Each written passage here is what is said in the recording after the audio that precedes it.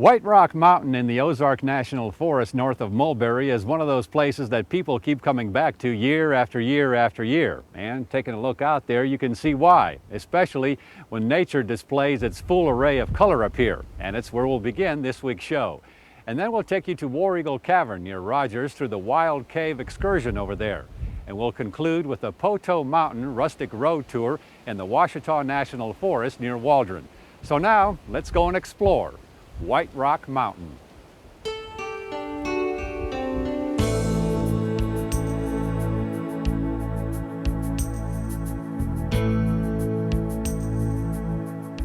White Rock is a special interest area for its geologic and scenic characters.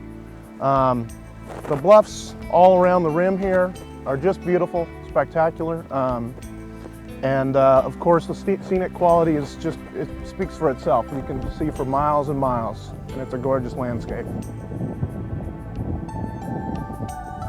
Yes, a gorgeous landscape to say the least. Takes a bit of a drive though, maneuvering a few Forest Service dirt roads after you leave Highway 215 near Shores Lake, but it's well worth it when you do reach the mountaintop.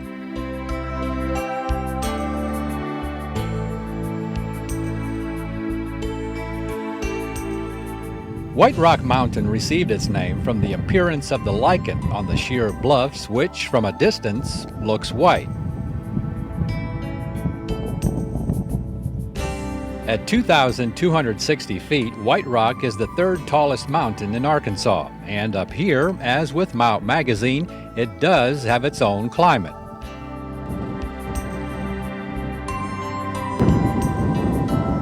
Yeah, I've always told people it's a bit like Denali. We have our own little weather thing going on up here. It will be raining or sleeting at Shores Lake, which is 6 miles from me, and it will be getting snow up here. About 2 or 3 times during the winter, as a matter of fact.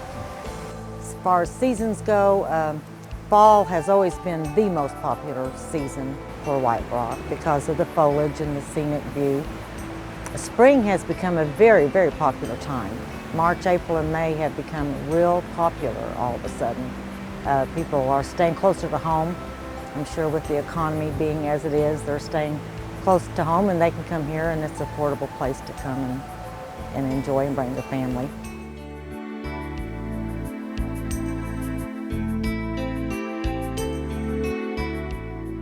There are 8 family camping units plus 3 rental cabins and a lodge, which were restored in 1991, first built by the Civilian Conservation Corps during the 1930s. There's also the White Rock Mountain Rim Loop Trail, which covers 2 miles. And it's not child-friendly, I would say, because it is really on the rim of the mountain, but it does have beautiful views.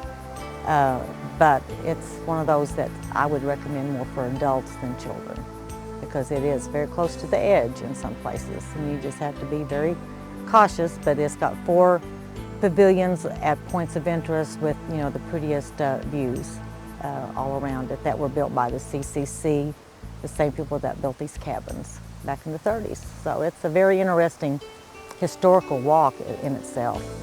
And there's some old rock structures that used to be water fountains that are not functioning now, but they are still there for the historic view. And then there's also an artesian well on that walk, on the rim trail. So it's a very pretty walk, and anybody can do that.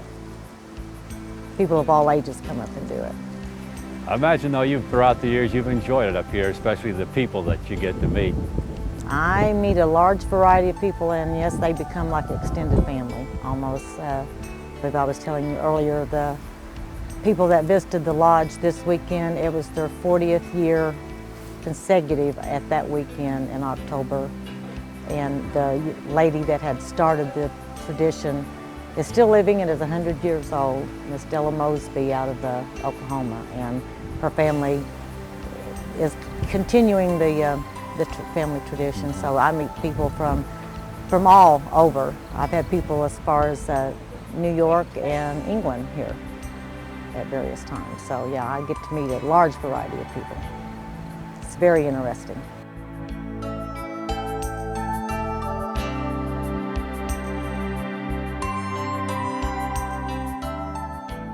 So discover and explore White Rock Mountain for yourself in the Ozark National Forest and make it your own annual family tradition of coming up to the mountaintop.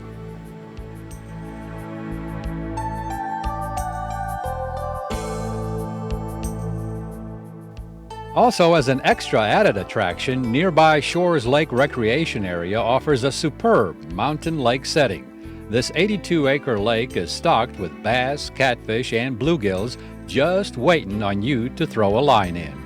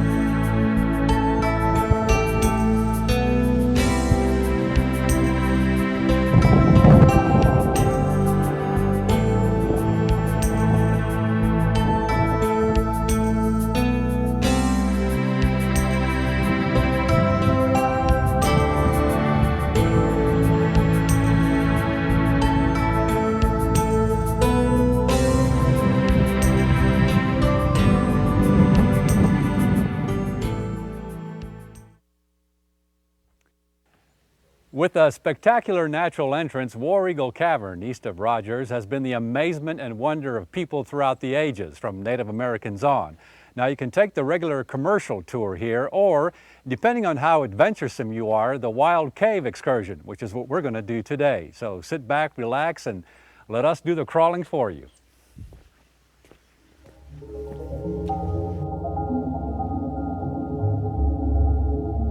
War Eagle Cavern is located on the shores of Beaver Lake off Highway 12 east of Rogers. Teaming up with Dennis Boyd and Jim Madison of War Eagle Cavern, we began our wild cave trek where the public tour leaves off, crawling through a 3-foot-high, 85-foot-long tunnel. But the fun was just starting. We having fun yet, Michelle? Used by Native Americans hundreds of years before the first settlers came to this area, War Eagle Cavern was once known as Bat Cave. It is still home to one of North America's largest colonies of pipistrelle and gray bats. In fact, at any given time, there may be as many as 75,000 bats in the cave, and your chances of coming up upon huge colonies of bats like we did are quite good.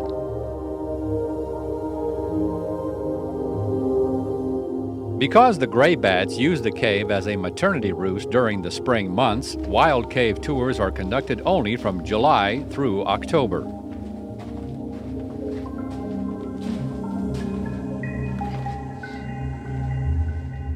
As far as caves go, War Eagle Cavern isn't as old as most caves, only about 250 million years.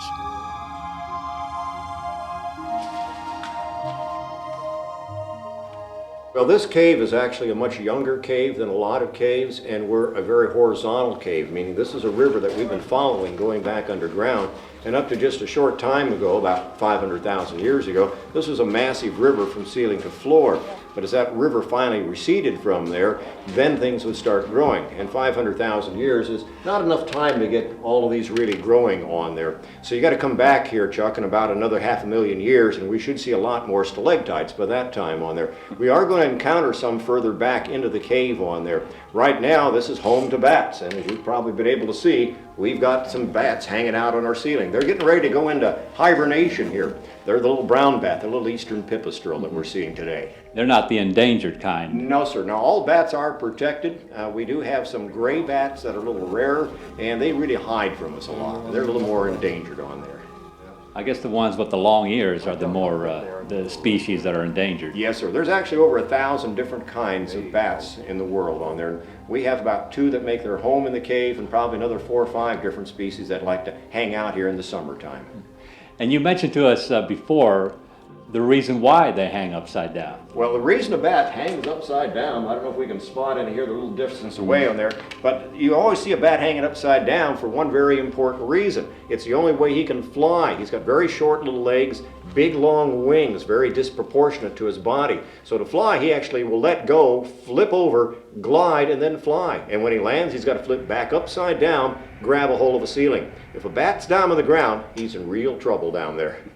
We talked about the bat guano here, and that's still used today. Oh, absolutely. We have piles of bat guano. We have nearly 100,000 bats that use this cave throughout the year, and they do leave quite a mess behind. Bat guano, of course, is nothing more than bat poop or bat fertilizer on there, used primarily today for fertilizer, but in the past it's been used to make gunpowder, clear back to the time of the Civil War, still used some today. And the thing that ladies always like to hear, it is a key ingredient as a base to make eye mascara with.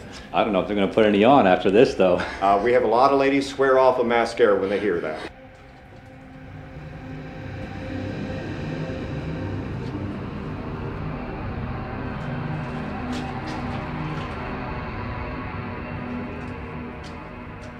Along this wild cave route, you'll come upon a 30-foot tall narrow room where water droplets eventually make their way down to the cave floor. Watching them as they free fall is in itself quite fascinating.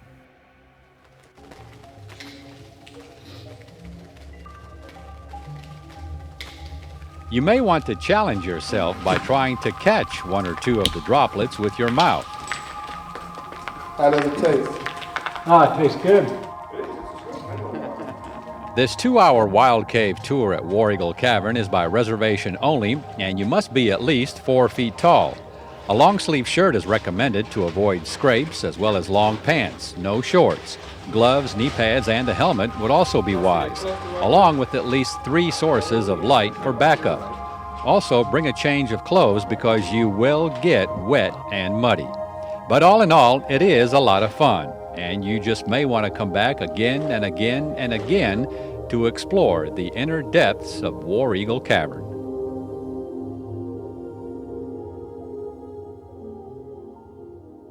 Every time you're in the cave, it is different. People think they won't change, but they really do.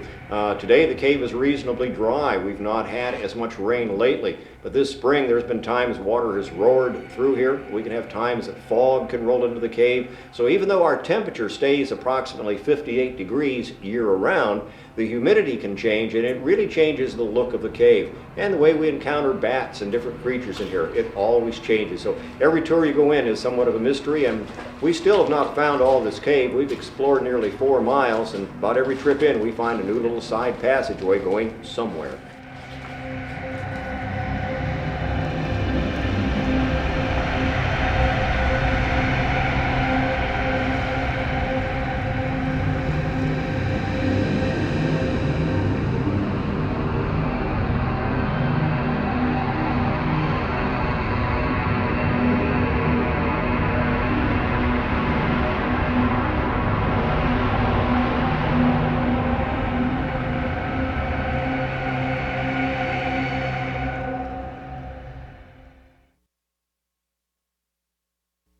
The Poteau Mountain Wilderness area near Waldron in the Ouachita National Forest throughout the years has provided the needs for many people. First, of course, the Native Americans, the Osage tribe. And then during the 1600s, French trappers and explorers came through this area. And now you can take this 22-mile rustic road trip throughout the National Forest and relive some of those years and times with the early settlers.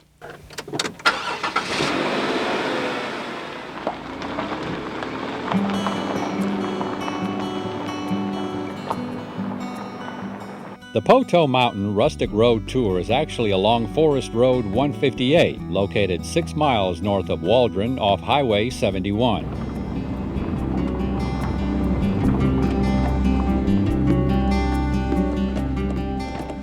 Our first stop along this route overlooks the Poteau River Valley, which has a long history of providing for the needs of people.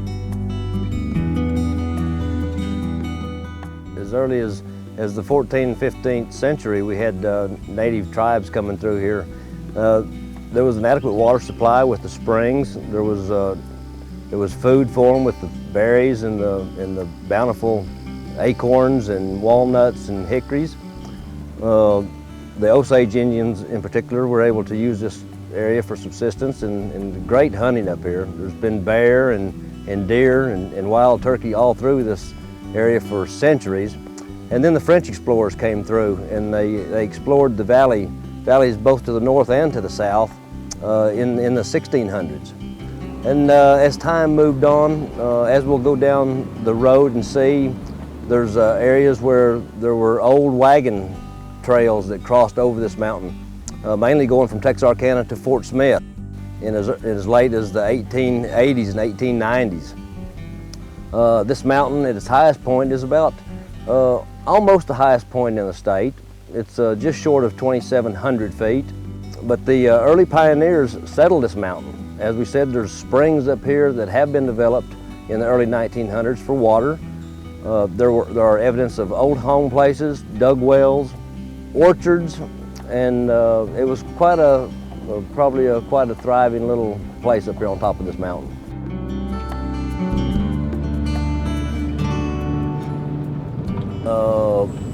Someone had the brainstorm some time back to try to let the public get out and enjoy more of our national forest. And the concept came about to have some auto tours. So this one was developed probably about 10 years ago. We have about 6 designated stops that we'll see some of them today. This one that we're on now includes the vista to the south. We have 2 picnic tables up here with fire rings that you can come for a day drive through the mountain with a picnic lunch. And the beautiful thing about this drive in the fall is that it's all free. We are part of the Ouachita National Forest. This is the Poteau Cold Springs Ranger District. We border Oklahoma. This district is comprised of about 380 some odd thousand acres. But this particular stretch of the Ouachita National Forest starts just north of Walden on Highway 71 at Square Rock Lake, and pretty much goes west along the top of Poteau Mountain for about 22 miles.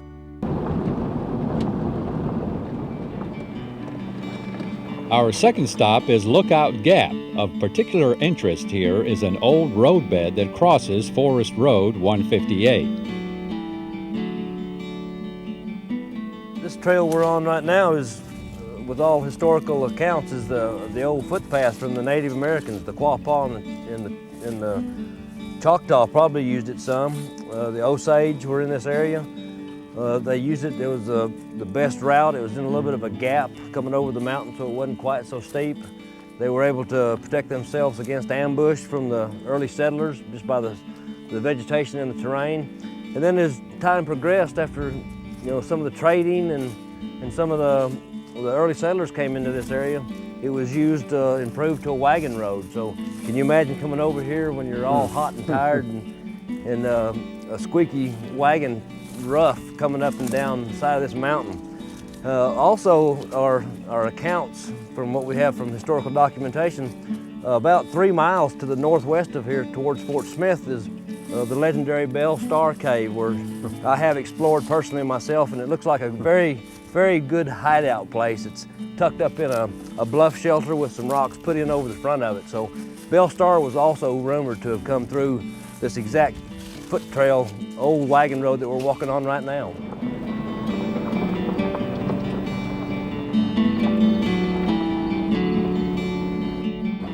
Our next stop is the remnants of Dobbs Spring. There's no telling how many hundreds of years this has been here.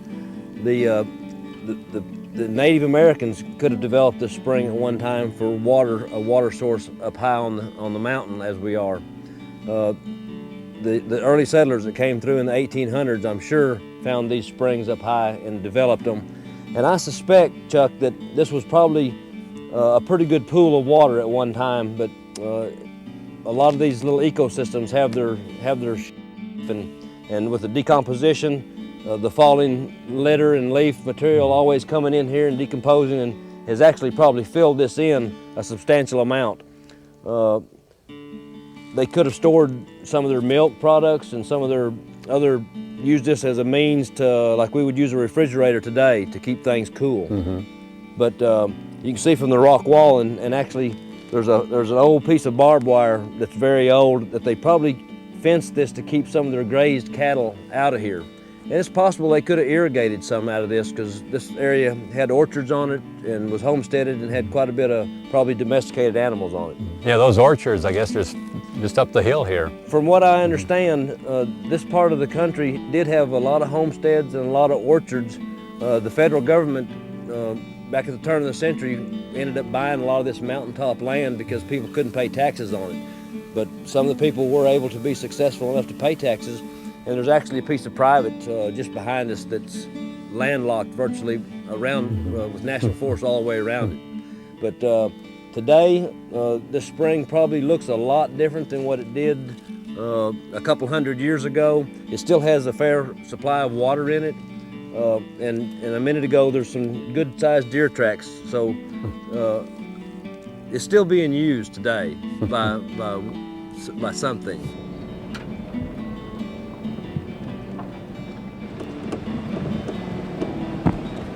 Our final stop through the Poteau Mountain Wilderness area is at Buffalo Wallow. Buffalo may have wallowed in this pond. It was also used to water range cattle. Today it serves as a source of water for the area wildlife.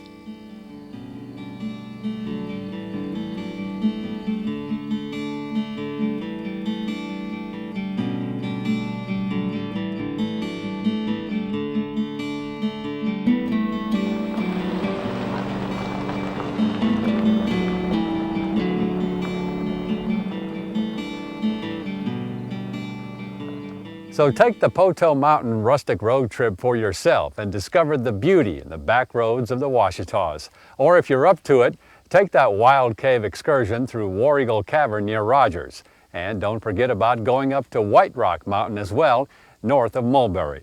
And for more on these and many of our other destinations, and to view our maps or to order a copy of an episode, visit our website, aetn.org/exploringarkansas.